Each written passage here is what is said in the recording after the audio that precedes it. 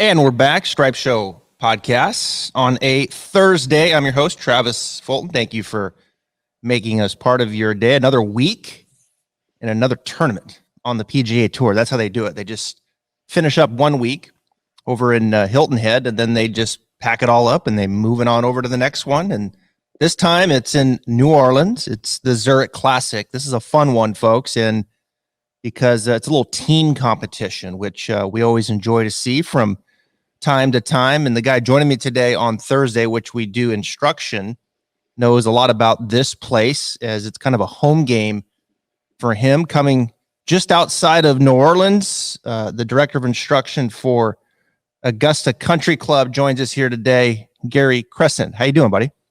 I'm doing great, Travis. Thanks for having me on. Yeah, it's good to be home for a few days.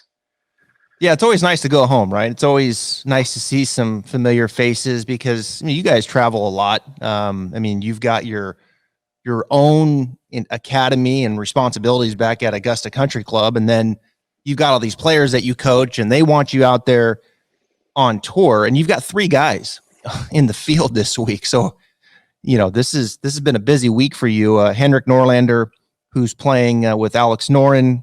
Grayson Sigg on his second year on the PGA Tour is teeing up with Sepp Straka. Watch out for this team. Matthew Neysmith, who's playing good golf. You work with him, and he's playing with Taylor Moore. So give my audience, before we get into breaking each one of these swings down, because this is going to be fun, folks. This is what we do. We're going to look at the swings. We're going to break them down, and Gary's going to share with you what they work on and why and how you can learn from them. But when you got 3 guys in the field, how do you divvy up your time so you're meeting the needs of each one of these players? Give us a feel for how the week goes down. Well, I'm very fortunate to work with these guys that are, and they're also very. They generally have a little bit of their schedules tend to be different. Henrik tends to be a real early guy.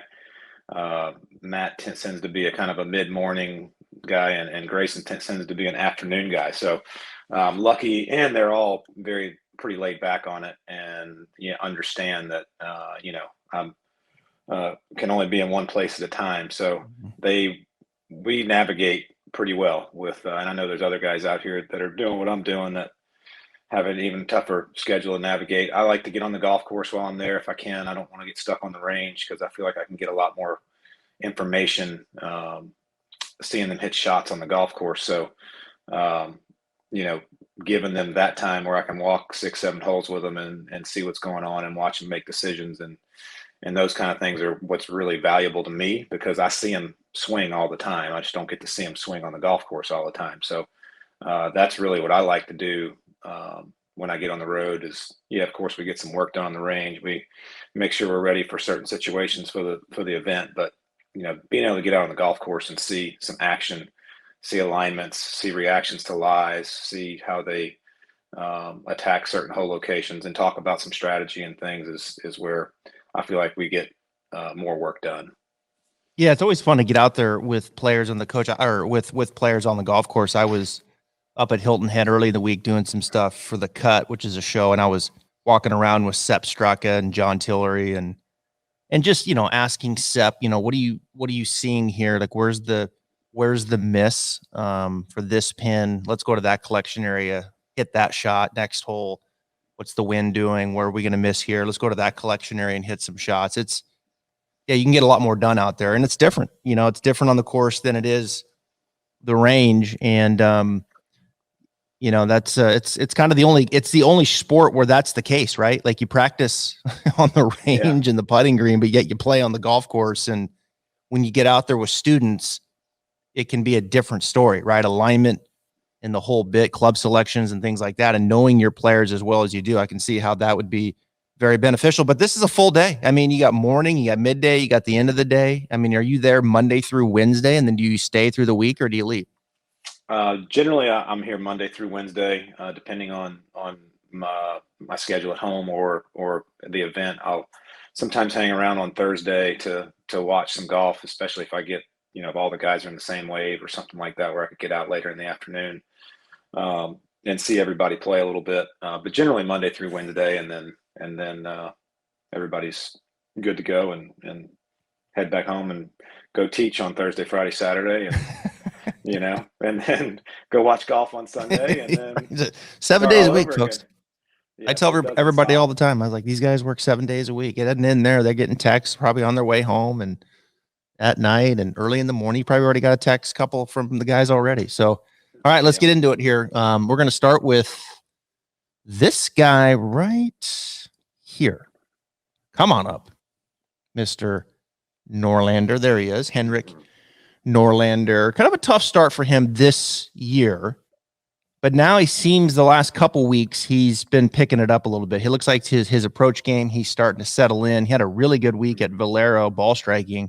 Yeah. Strokes really gain good. approach, he was 5.6. Strokes gain off the tee, he was 3.3. Didn't putt great, but his ball striking seems to be, really coming along here. So as you watch this swing here, kind of share with my audience some of the things you work on here with Henrik. Yeah. So Henrik and I have been working together for just about 5 years, I think. But he did get off there in the beginning of the year. He made a couple of cuts early, but wasn't hitting it very well, and then started to try to get into getting that better, and starting now to where we got into some trouble where there was a couple of shoulder alignments that we didn't like, and then which caused some face control issues, and then he wasn't really getting loaded very well as a result of trying to get more face control. So with the help of Josh and his Josh Gregory, who's a short game instructor, and also we all work together on all of it, so we're a team. And Frederick, his coach from home, when he grew up in Sweden, the three of us kind of worked together to get him back into a little better setup, get him loaded a little better where he could fire through it a little bit cleaner and get his body to rotate through golf shots. So we've been working more of an overall kind of thing here, nothing real super positional.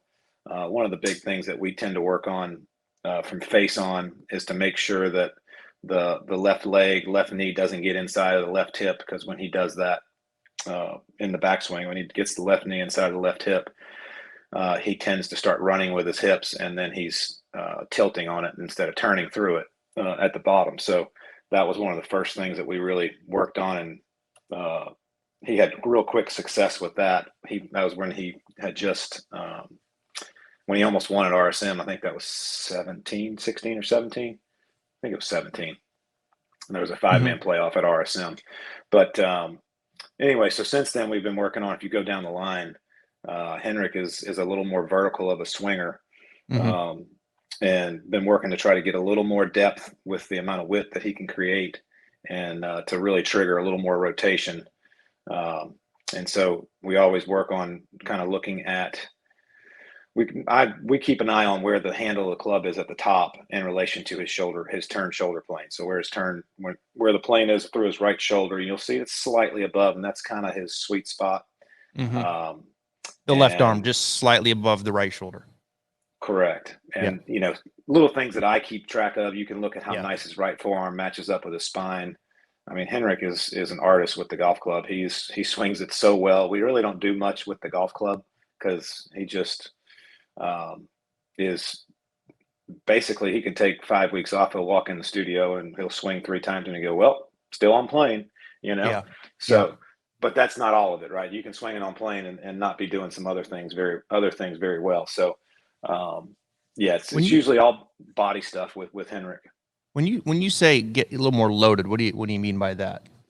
Yeah, so with that, working towards keeping the left knee stable in the backswing and not letting it travel inside the left hip, it can sometimes the weight can stay a little too far to the left, so you get a little reverse pivot kind of thing going on that you don't really get loaded into the right side. So making sure that the chest one is staying on top of the hips, and that the hips are staying more to the right, not letting the hips get left in the takeaway, because that's where the knee shoots. If the hips get left in the takeaway, the knee shoots in, and then there's nothing to stop the hips from flying out in front. And like I say, that ends up turning into a tilt through the ball instead of a turn through the ball. So, and he is a guy who likes to cover and stay on top and hit cuts, so that doesn't work very well. Right. Yeah, you can get 2 on top, right? Like you can you get on top of it and then you turn and you kind of hang left with the weight. And then when you go to fire, it's just so steep, and probably that left arm gets a little too upright. You know, it's funny you say that. I was really shocked last week watching Lowry on Sunday. It's exactly what I felt like he was doing. You know, he's a cover, and he just looked like he was so on top of it. There's just things got a little short and cut off going back, and then he's hitting all these hard pulls, and club looked steep into the ground, and a little surprised by that. And that's something you got to be careful with when I would imagine when you're playing with someone like Henrik, who, like you said, he likes to cover it, which is a good thing. But yeah, sure. But when you start getting spinny and the pelvis starts running left, and then they really run out, and then they have to back up. And there's not many players that like backing up to the right if you're playing for a paycheck. Correct. Yeah, there's not a lot of that helps. For sure. So when I look at this here, and then I think about Josh Greger, who you mentioned with the short game, and this is a kind of club face position. It's very neutral, that would be pretty conducive through the bag and like using the bounce a little bit as well, right? Because we see some players who get that really flex lead wrist, and that can have some issues in the short game with the leading edge. But when you look at Henrik, pretty neutral club face, and probably has no issue as far as leaning the shaft forward in the full swing, but also then letting the club head pass around the greens with Josh. Is that accurate? Yeah, I think so. I mean, Henrik was a tennis player and a golfer growing up, and he was really, really good at tennis, and had to make a decision at one point. So he chose golf, and I think he chose well. We don't know. He could have, who knows what he could have done in tennis, but I think because of his tennis background, he is really good at releasing the club, and gets that at a little different, because he's generally not going to be somebody that's the shaft pointing outside of the left arm at impact. It's going to be pretty lined up. He's going to let it go. He's going to use his body to kind of control the loft on the club at impact. So if he wants to hit a little lower, he's going to go ahead and let himself get out in front of it, because he's going to release it. He's not really a holder. So he is, like for me, if I was going to try to hit a ball real high, which is one of the things that makes like Henrik is very interesting, is if he wants to hit one really high, he's going to cover it and hit down on it more to spin it more. Where if I wanted to hit one high, I'm going to hang back and try to hit up on it, right? So it's like if I hit down on it more, it's going to be a seed coming out, with no launch, right? So it's interesting that I could never even imagine doing that, just because it's a different release pattern. So yeah, that's a really good point. And all of that is.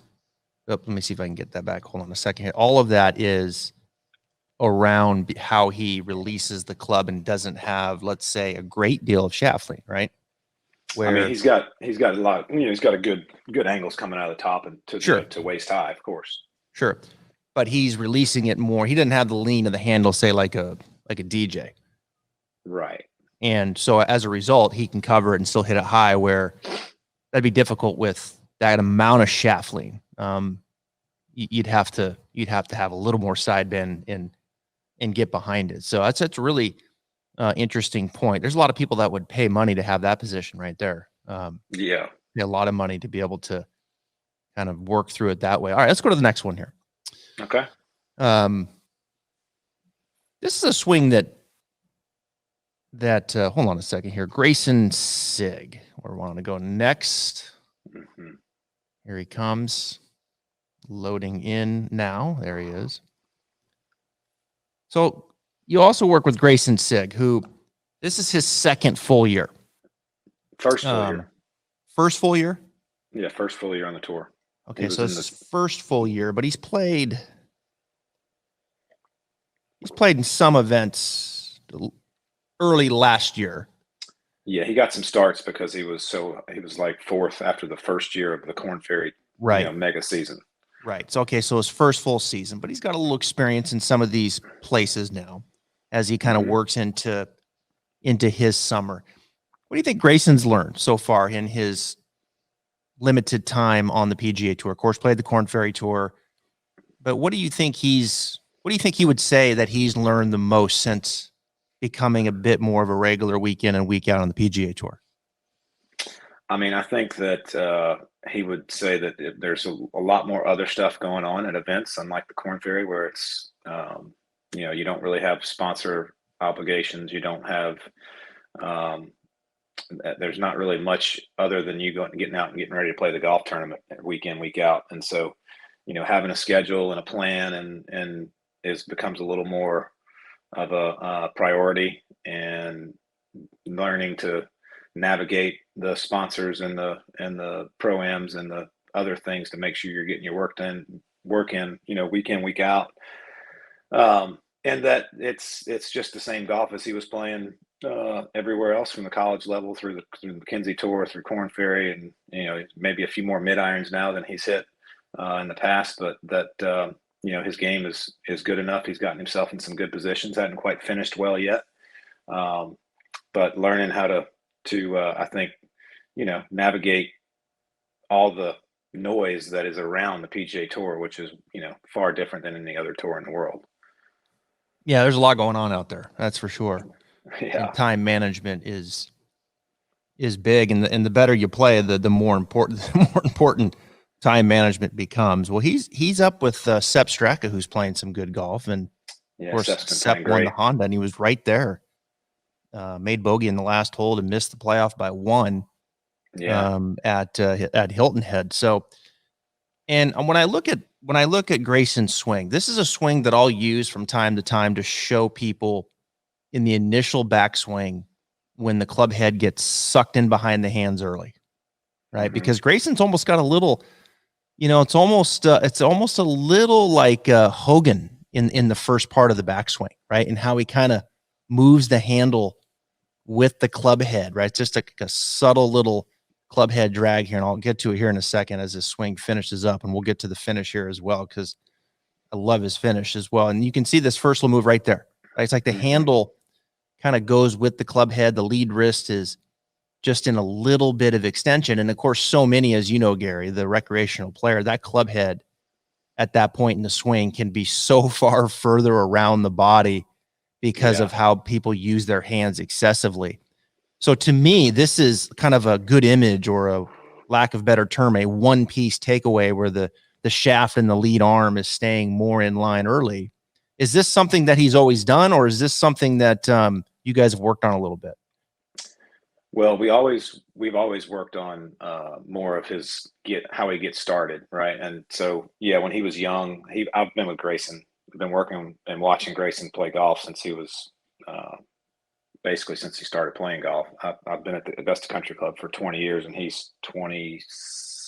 So, I watched him grow up. I watched him play golf growing up, and his swing hasn't changed too much. He came out, when he started playing, he had that finish. He had that little bit of swagger that he's got, and he's had that little draw going, and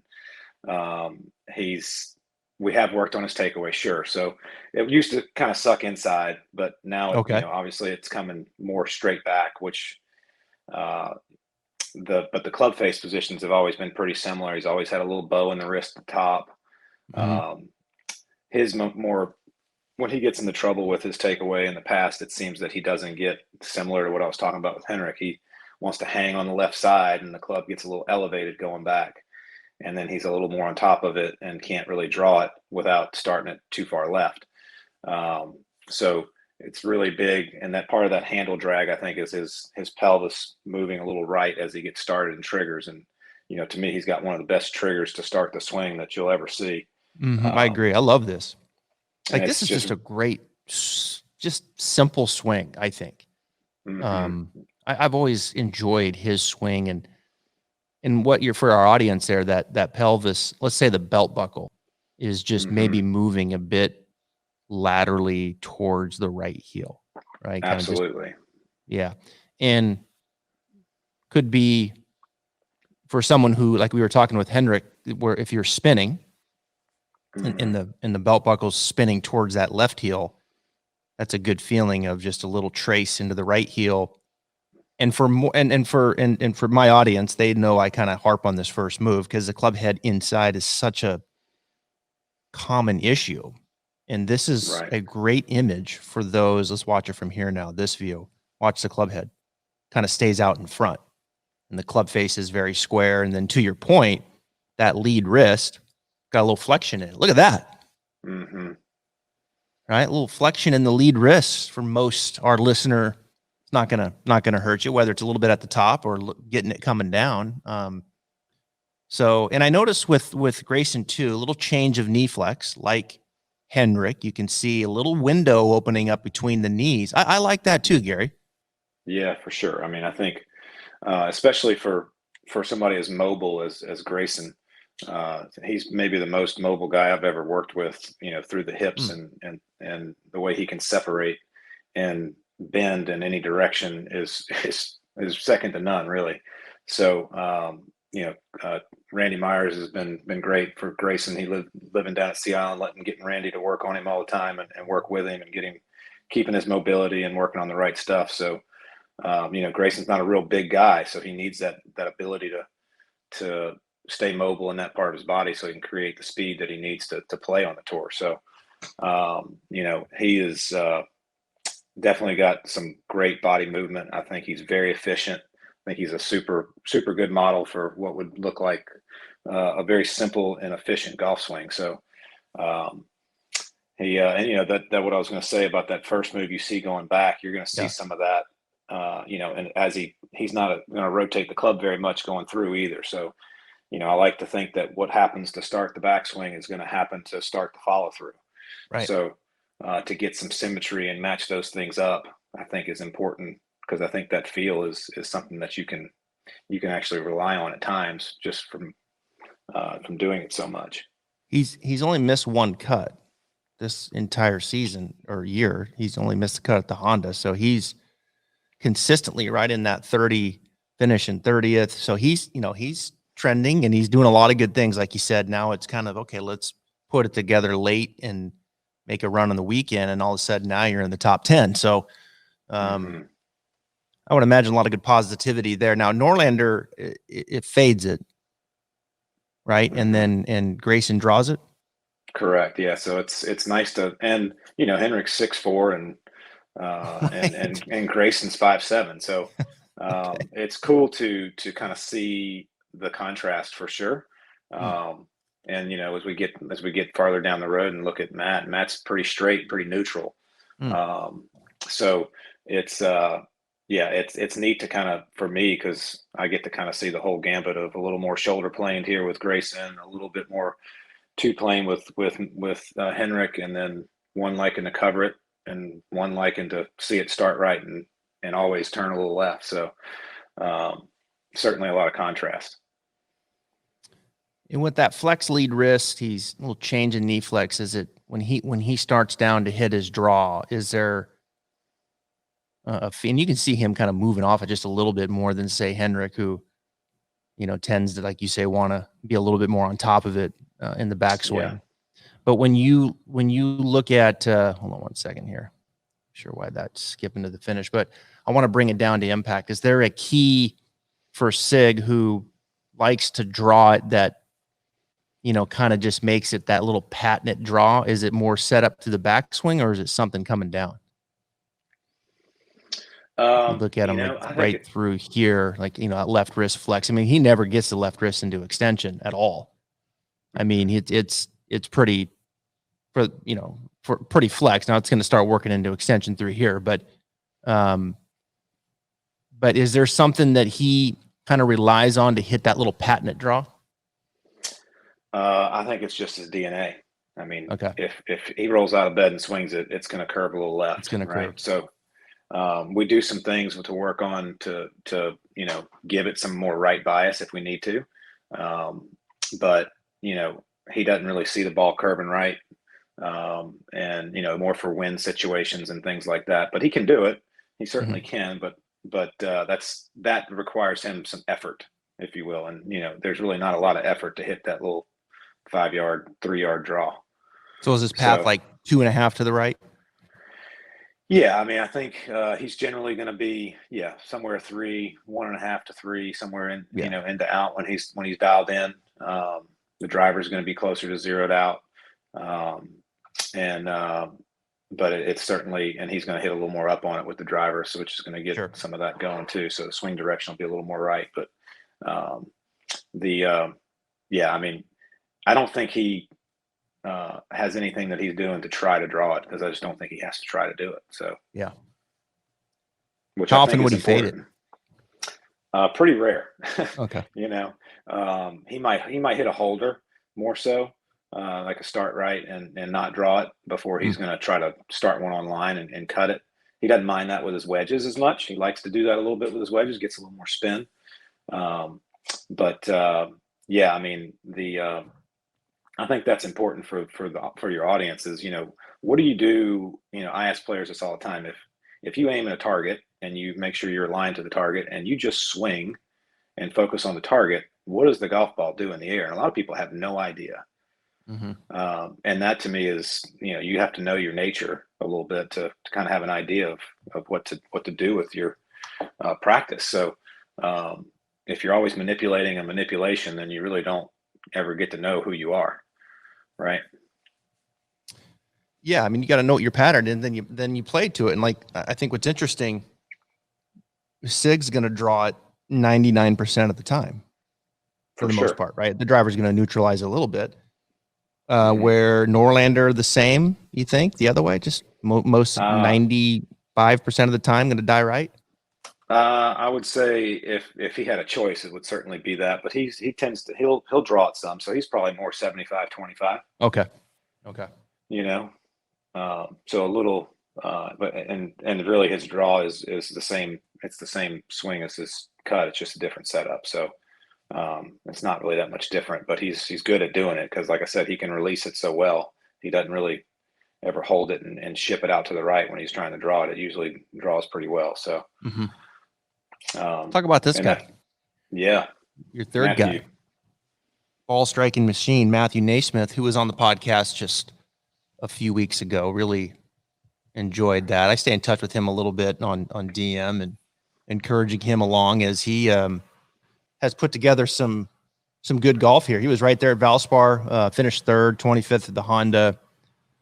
And this is a guy that I tell people all the time, is probably one of the more underrated iron players because he can really get it going with his iron. So as we look at this swing, and you mentioned, which was kind of cool, Norlander 6'4", fading it, Sigg 5'7", and drawing it. What's Neysmith, 6 foot? He's probably 6'1" or 6'2". Yeah, he's a big Six boy. one, and he's just hitting it dead straight. You pretty much got it. You pretty much got it covered, Gary. I mean, when you go Got some out pretty there, good models. Yeah. yeah, right. So here he is. Walk us through Neysmith. What do you guys work on?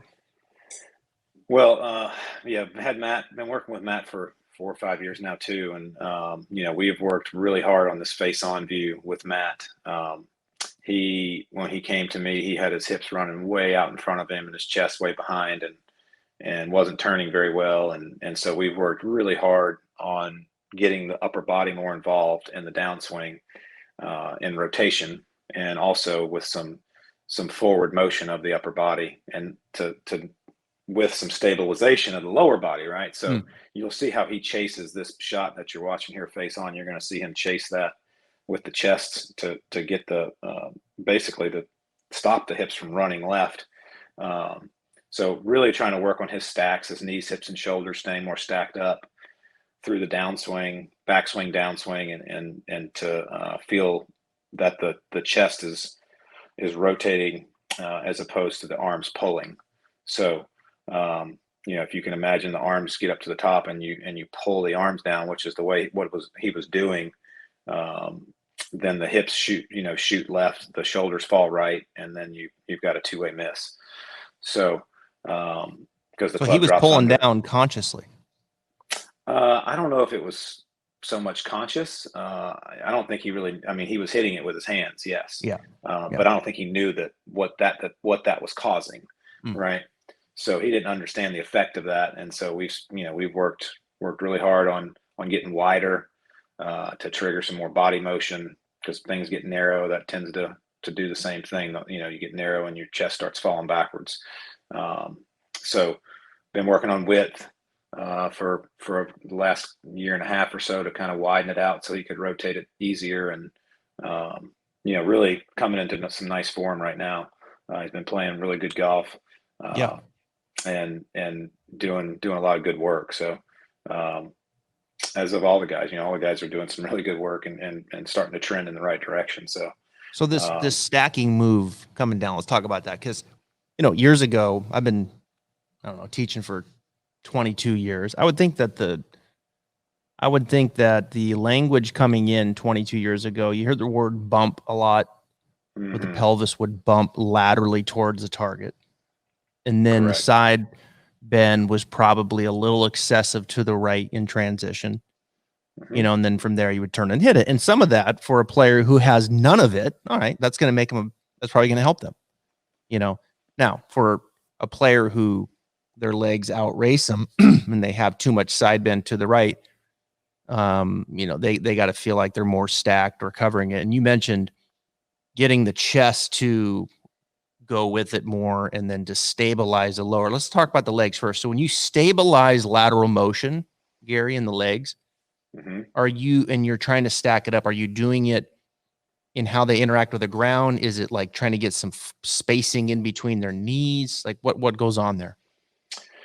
Well, I mean, I think keeping some width between the knees is certainly a part of it. I think we do some drills where just trying to keep the lower body completely still and feel what it feels like to just swing the club with his chest.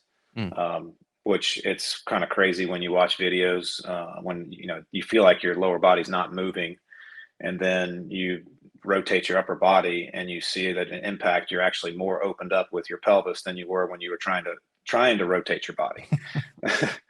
So it's like it's just what's triggering, understanding cause and effect for each individual, right? And so some guys need to feel a lot more rotational with the lower body, some guys need to feel more stable. So the amount of pressure you have to put into the ground for sure is way more when you're trying to keep your lower body more centered and still, because you've got to push down really hard and sustain that pressure so that you can go ahead and move that upper half in a consistent pattern, right? So the chest, does he feel like right there that his lead shoulder is going more like down in with his left knee, like down into the ground, and then his chest is going more lateral out over, let's say, his belt buckle? Well, I think for Matt, it tends to be more right side feel. So Okay. it's getting the right shoulder loaded, and then covering with the right shoulder and chasing it down the line more with the right shoulder to stabilize the club face position. Matt really doesn't like for the ball to curve left or start left too much. He doesn't mind starting left if it fades, but if it's curving left, he tends to get confused by why. So when the right shoulder and the right hip chase through the golf shot, the club face stays a little more open to his path, and he's able to keep that left shot out of there, and that frees him up to go ahead and let it rip. So he's done some really good work to I mean, like I say, he didn't grow up and he was such a good junior player.